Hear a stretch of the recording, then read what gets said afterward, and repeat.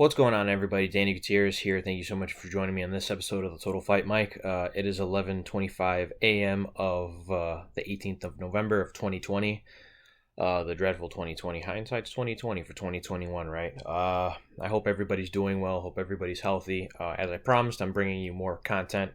So there's quite a bit happened actually over this past weekend. Paul Felder and Rafael dos Anjos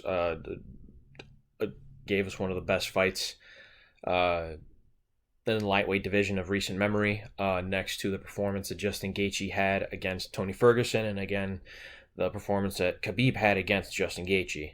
That was a very good back and forth war.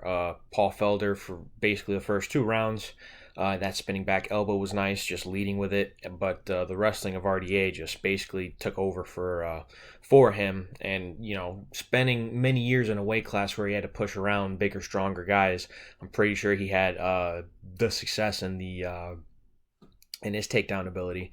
Now, granted, he is a Brazilian Jiu-Jitsu black belt, but Paul Felder was able to defend himself very well. He was able to get back to his feet. He was able to fight off a lot of submissions. He was able to actually get securely back to half guard, if not full guard. He was never in any real danger, but it was more to the fact that RDA was scoring points, but Paul Felder was right there behind him with reversing transitions to defend himself. So that was a great fight. That was a phenomenal main event. So Terrence Crawford and the Kell Brook boxing bout. Now, there was I believe the gentleman's name is Joshua Franco. He was fighting a gentleman by the name of Andrew Maloney, who was actually the brother of Jason Maloney, who unfortunately lost to monster Japan's Naoya Inoue. But Andrew Maloney was fighting to get his title back against Joshua Franco. Apparently, I didn't see their first fight. Their first fight ended in some controversy, I believe. But, it was actually Joshua Franco that dominated Andrew Maloney quite handedly, if I'm not mistaken. I apologize for that. But regardless, Andrew Maloney was the one coming out and taking it to Joshua Franco. It was a phenomenal fight up until the third round, I believe. And the third round, there was a lull in the action, and then the fight just stopped because the champion, Joshua Franco's eye started to swell, and I believe it was his right eye. They thought it was due to a headbutt. What had happened was the commission, the commissioning body, I believe, the Nevada State Athletic Commission, they had commissioners on the side. They have access to instant replay, and they kept replaying the fight over and over and over again. There was no headbutt, and there was this huge lull in the action for about a half hour, for a better part of a half hour, about 25, 28 minutes, something like that.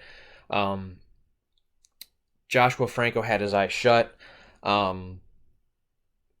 Andrew Maloney was upset because he was doing very well in a boxing fight that he should have gotten a TKO win for, but instead the referee was very heavy-headed, I'll say, and it was a very bad call. It was a stupid call, or let's just call it what it is. It was an idiotic call.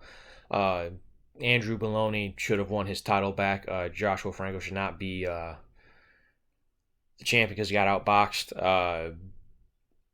Now, things happen. It's nobody's fault. This shouldn't drop the stock of either fighter, unfortunately, but it's going to drop the stock of boxing. It's going to be one of those aha moments when people are all like, oh, see, boxing, you know what I mean? This is basically,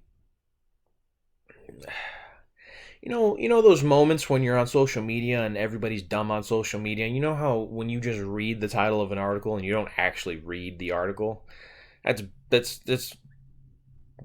basically more or less the situation that we're in with this, in my opinion. It's just like, yeah, well, I'm going to declare it a headbutt because I'm a referee, and it's ridiculous. I hope they get a rematch. Because that was a phenomenal performance by Andrew Maloney. The boxing commission took that from him that night. But, some boxing commissions are good for stuff like that. sometimes. It's unfortunate. It sucks. You know, I'm a combat sports fan. And you know, if you're a combat sports fan and you love boxing and you want to turn your friends to boxing or MMA or kickboxing or even amateur wrestling, pro wrestling, what have you, um, Lightweight, unfortunately you're going to run into situations like this, and this is something to where they can point out what's going on, uh, what's happening. This is something that makes the sport look very bad. That makes the fans look very bad. It makes the fighters look very bad, and it's nobody's fault other than the commission and the decision that they made. Um, it sucks. But moving on to a better topic, a more exclamation point topic. Terrence Crawford going up against Kell Brook. I call Kell Brook Special K with those chocolate brownies. He had a press conference with Errol Spence Jr. and Errol Spence Jr. Was like, chocolate brownies, what is that? And then Kell Brook just showed him his fist at the press conference. And Errol Spence was like, man, that's lame, bro. And then after they'd fought, Errol Spence Jr. had won, but Kell Brook had actually given Spence Jr. a lot of problems in that fight. It was a TKO victory for Errol Spence Jr. in the 11th round, but he started eating chocolate brownies at the end of it. But leading up to this fight, Kell Brook was basically looked at the 147-pounder the only 147-pounder that Terrence Crawford had fought that wasn't completely over the hill. I completely disagree with that. If you're a true boxing fan too, if you love English boxing, not just American boxing or German boxing or what have you, if you're a fan of boxing just like around the world, you know how capable the Kell Brook is. He's beaten Sean Porter, and the only guys he's lost to are. Oh my goodness, their names are slipping me now. It's been Triple G, and he was actually moving up two weight classes, I believe, for that fight. And again, the Errol Spence Jr. fight that we just talked about. So realistically, he had only had one loss in that weight class at 147 pounds. But this was for Terrence Crawford's WBO belt. That being said, Terrence Crawford's the man, dude. I mean, Terrence Crawford is the man. You can't deny that. Sorry. Terrence Crawford is a beast. You can't deny that Terrence Crawford is just one of the best pound-for-pound fighters that we have of all time. And I will say that. He's a switch hitter. He's a smart fighter. He's fast.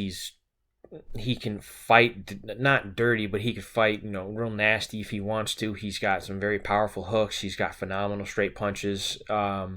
He very much likes to analyze his opponents and download a lot of their information. So, unfortunately, it'll look like he'll give up the first couple of rounds, but as the rounds go on, he starts to pick it up a little bit, and he actually does his best work from southpaw position. But he actually knocked out Kell Brook in the 4th round with a lead left check hook, corkscrew hook, uppercut. I don't know what you would want to call it. It was a very odd punch that he landed on Kell Brook, but Kell Brook was just out. His eyes were gone. His legs were gone. He had one more chance, and he was able to get his wits about him just a little bit. But, Terrence Crawford just is like a shark in the water, and he smelled blood, and he was just all over Kell Brook. He was eating Special K up like it was nothing, dude. And you know what? Again, Kell Brook had his moments up until the 4th round, up until Crawford landed that shot. For the first 3 rounds, Kell Brook was landing his jab. He was utilizing fakes and feints. He was moving around the ring. He was actually doing a really good job and not allowing Terrence Crawford to control the footwork or the foot space of the ring, or utilize the ring space, excuse me. But as the best to his ability. The thing is that when you have somebody at that level that is very underappreciated, and you guys should understand this too, there's always that one fighter, there's that one champion that throughout history, if you look back, they're very underappreciated. Larry Holmes is one of those champions. He's a phenomenal heavyweight champion. marvelous Marvin Hagler. If you're a boxing fan, you're huge especially if you're from that era of the '80s, with guys like Tommy Hearns, Sugar Ray Leonard, Roberto Duran, and John the Beast Mugabe, and Mustafa Hamsho. There's a whole bunch of guys from that era that they were all monsters, and they all fought each other. It took them a while, but they all fought each other. So if you look at the situation that Terrence Crawford is in with Top Rank, he really does need to step up his game as far as competition is concerned, but that's just me speaking as a fan. What would you guys want? Who would you guys want to see Terrence Crawford fight next? They called for Manny Pacquiao. They hinted somewhere in the Middle East. I think that'd be awesome because they did it with Anthony Joshua when he fought Andy Ruiz Jr. For the rematch, and it was if you're a boxing freak, if you're a boxing fanatic, that fight was a pretty good fight.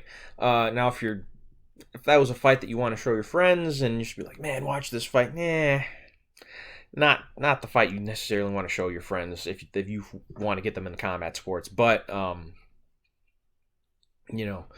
that being said, I really do think that Terrence Crawford can make fights with guys like Danny Garcia, Sean Porter, Keith Thurman, Errol Spence Jr., Manny Pacquiao. I'm trying to think of some other names.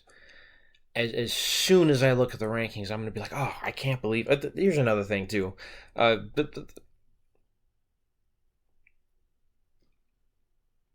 rankings across the board, I don't really necessarily pay attention to, and you shouldn't either. You should really look at a fighter with the attributes that you like about them, not with what everyone else seems to like about a particular fighter. So you should, if you guys find a fighter that captures your imagination with his fighting style, then go with him. It doesn't necessarily matter. It shouldn't matter what his record is or her record is. If you like their fighting style, it's okay to be a fan of them. If they have a fighting style that captures your imagination, you should. It's the same with sports teams. People love the Cubs because now the North Side South Side thing is ridiculous. I know I live in Illinois, but there's Southsiders that love the Cubs and there are Northsiders that love the Sox. What are you gonna do? What are you gonna do? But in the end, it brings everybody together. Sports is meant to bring people together. It's meant to. It should, if in theory, it's meant to harmonize communities. So, if if there's just a whole bunch of, unfortunately, there's just a whole bunch of combat sports fans that just don't really have that in mind. But if you find a fighter that you like, and his fighting style or her fighting style captures, your imagination, then it shouldn't matter what their record is. Just go for it. Stick to them and become a fan. Join the club. But, there's so many matchups for Terrence Crawford at 147 pounds outside of Top Rank. If Bob Arum decides to put up the money and starts to promote Terrence Crawford, I know what he said about Terrence Crawford. Unfortunately, I'm not a promoter. I can't get into that, but it's kind of like if your boss says, well, he does come into work and everything, but I don't know, he doesn't have a nice car, so I'm not going to give him a raise. It's weird. It's a weird scenario for everyone involved. But if you're a boxing fan, you should expect big things from Terrence Crawford from here on out. It's going to be amazing. And then from here on out, until the end of the year, I think up until January or February, there's a lot of combat sports going on. So this weekend, there's a pay-per-view. Valentina Shevchenko, the UFC Women's Flyweight Champion, is going to be defending her title against Jennifer Maia. And Jennifer Maia is actually one of those girls. She's 3-2 in the UFC, and her last fight was against Joanne Jojo Calderwood. If you remember her, she was on the Ultimate Fighter underneath Team Pettis against Gilbert Melendez. She is a phenomenal. She's I believe she's from Scotland. She's married to her coach. She's got a phenomenal kickboxing base. She was the consensus #1 contender against Valentina Shevchenko for her strap, but Jennifer Maia basically was just like, nah, son, watch this. And basically took it to her with her heavy hands, with her jiu-jitsu, and I believe she choked her out. Let me see if I can... Give me 1 second, guys. Hold on. I believe she did choke her out with an arm triangle, a rear naked choke. I believe the finish was from mount. Let's see, Jennifer Hudson? No. There we go. Give me 1 second, guys. Yeah, it was a first round submission. Give me 1 second. I'm trying to see what the submission is. Oh, it was a submission due to armbar. I thought it was a choke. I remember it being a choke. Maybe she transitioned from a choke to an armbar. Regardless, or I believe she did it from the guard. Actually, I think Jennifer Maia finished her from her guard.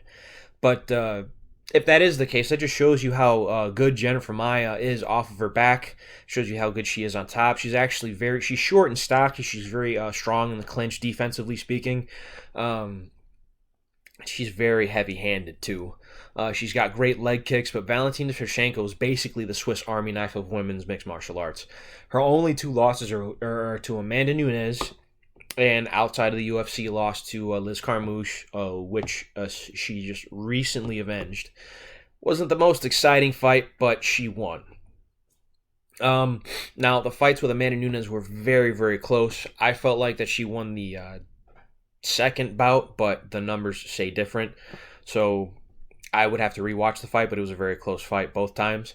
And even then, Valentina Shevchenko is the only person who's ever edged Amanda Nunes. Everybody and anybody else who Amanda Nunes is, has contested against for either belt has been destroyed.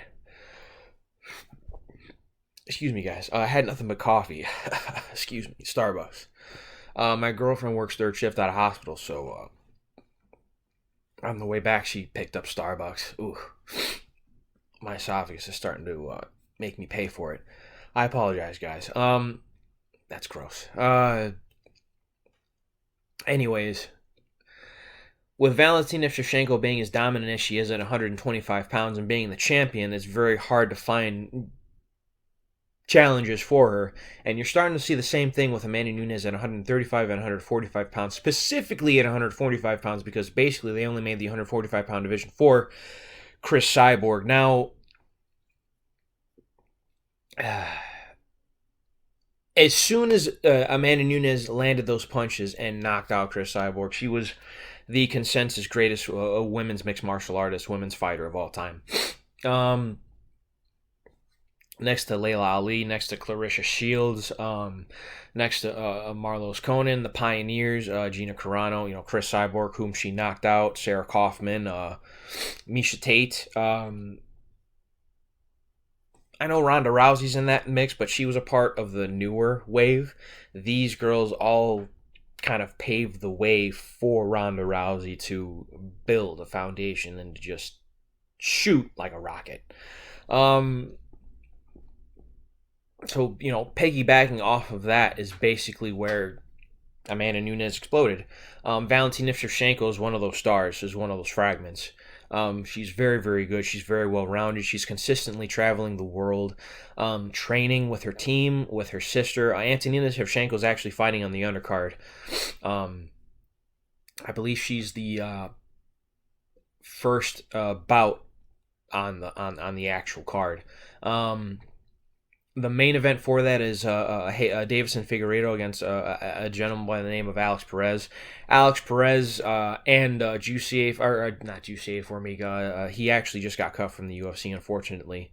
Top 125-pound fighter from the UFC, unfortunately, just got cut. Happens. Davison Figueiredo, the champion at 125 pounds, who just beat Joseph Benavidez, Jesus, guys, sorry about that. Joseph Benavidez twice, very handedly both times. is going to be defending his title against a gentleman from the Dana White Contender Series by the name of Alex Perez. His only loss is to Joseph Benavidez, and Joseph Benavidez lost to Deiveson Figueiredo. Deiveson Figueiredo's only loss in the UFC is to Jussier Formiga, and Jussier Formiga lost to Alex Perez. So this is going to be a very interesting fight. But, I mean, stylistically, they both match up very well. I mean, and if you watch tape, on these guys, it's hard to imagine what's going to happen because, you know, unfortunately, excuse me, my mouth froze a little bit. You know, unfortunately, you know, these guys are very good. These guys are actually mirror images of each other almost. They like to lead with their overhand rights. They have very powerful right hands. They like to put together combinations. Figueiredo's a little bit different is that he's able to land that one shot, and Alex Perez needs those combinations, and he's a very smart striker. He likes to utilize those angles. He changes levels very well. Both guys do. When they set you up with takedowns is when they disguise it with the hands and the kickboxing from the outside. Alex Perez is very strong with the single leg position. Deiveson Figueiredo is very good in the clinch and the body lock position. Both guys do very good work up against the cage. This title fight is very much about who's going to be first. Who's going to be first implementing their game plan? Who's going to be first at imposing their will? You know, stuff like that. This is going to be a very interesting fight between both two high-level 125-pound mixed martial artists, with everything kind of getting shuffled around at 125 pounds. You know, Mighty Mouse Johnson doing his thing over at One Championship, Henry Cejudo retiring and putting everything to rest. You know, TJ Dillashaw is soon to be coming out of suspension. Cody Garbrandt unfortunately couldn't make it to this bout.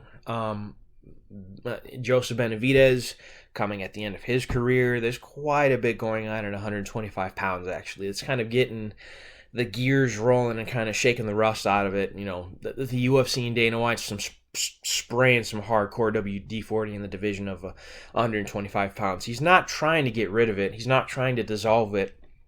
It seems as if the UFC is just trying to slowly crank out talent to see who they could find at 125 pounds, because they don't want it to be a lull. They need to make money, and look at what happened for 145 pounds. They basically made that division for one fighter. And that fighter's not even with the UFC anymore, unfortunately. She's with Bellator. Fortunately. And she's the champion there, too, Chris Cyborg. So there is a lot going on in combat sports in all weight classes. Excuse me, guys. I know... Stay safe out there, guys. I know it's flu season. Coronavirus cases are getting shot up. I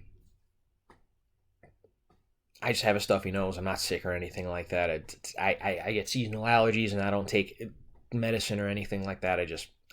I just deal with it, kind of like people. So I got a box of Kleenex right here. I don't know what more you want me to do. I have hand sanitizer over there, and I'm not touching you guys. Whatever. But regardless, there is a sleeper bout this weekend apart from the UFC pay-per-view, and I just wanted to get into it. I'm a huge fan of UK boxing. I love UK boxers, guys like Chris Eubanks, Nigel Benn. You know, Billy Joe Saunders, of course, Tyson Fury, Anthony Joshua, Carl Thompson, frickin' David Haye, Derek Chisora, Dillian White. I love English boxers. Huge fan of English boxers. Got a soft spot for English boxers. Chris Eubanks Jr. Conor Benn is fighting this weekend against a gentleman who just fought Sean Porter. Give me 1 second. I believe his name is Formiga. Give me 1 second, guys. This guy put up a great fight against Sean Porter. He's a very slick... Sorry about that, folks. There was mail coming in, and my dog goes crazy when someone's at the door, so I had to just get up and go to the door. But and actually, I remember what I was doing. The gentleman who Conor Benn is fighting, he had Sebastian Formella. I thought it was another Formega. Sebastian Formella. He's a very slick boxer. Almost reminds me of a very young Bernard Hopkins. Loves to utilize the shoulder roll and the Philly shell. He loves to come over with the counter cross, left hook to the bodies. Does great body work, but Conor Benn is such an explosive fighter, just like his father, Nigel Benn. Conor Benn has just got a ferocity to his style, and he can move and dodge punches the way that his father used to be able to. He's basically got his father's style just tweaked. He's got his father's style with all the holes, all the holes filled in, all the edges kind of softened up. You know what I mean? They literally built a foundation for. It looks like it seemed as if they built a foundation for Conor Benn on his fighting style, and we're just able to go with it. He's 16-0. He's undefeated. He's got a big test against Sebastian Formella, because Sebastian Formella, I mean, he lost to Sean Porter, but he showed a lot of heart against Sean Porter, because Sean Porter was just coming off of his loss to Errol Spence Jr. Formella is the former IBO welterweight champion. At one point in time, one of the baddest men in his weight class is what that means. So Conor Benn, against somebody who's 22-1, it's absolutely not a journeyman versus an up and comer. This is a really big test for somebody like Conor Benn. In the future, I'd very much like to see somebody at 147 pounds like Conor Benn fighting someone like Terrence Crawford, Errol Spence Jr., Danny Garcia, Keith Thurman, Manny Pacquiao, all those guys. It'd be really great to see. So there's a lot going on in combat sports. We're just going to keep cranking these out. I want to thank my editor, Patrick Lesnicki at Lesnicki Productions. I want to thank everybody who supports the Total Fight Challenge and Total Fight Mike. Thank you so much for joining me on this episode of the Total Fight Mike, and I will see you guys in the sequel. Bye, everybody.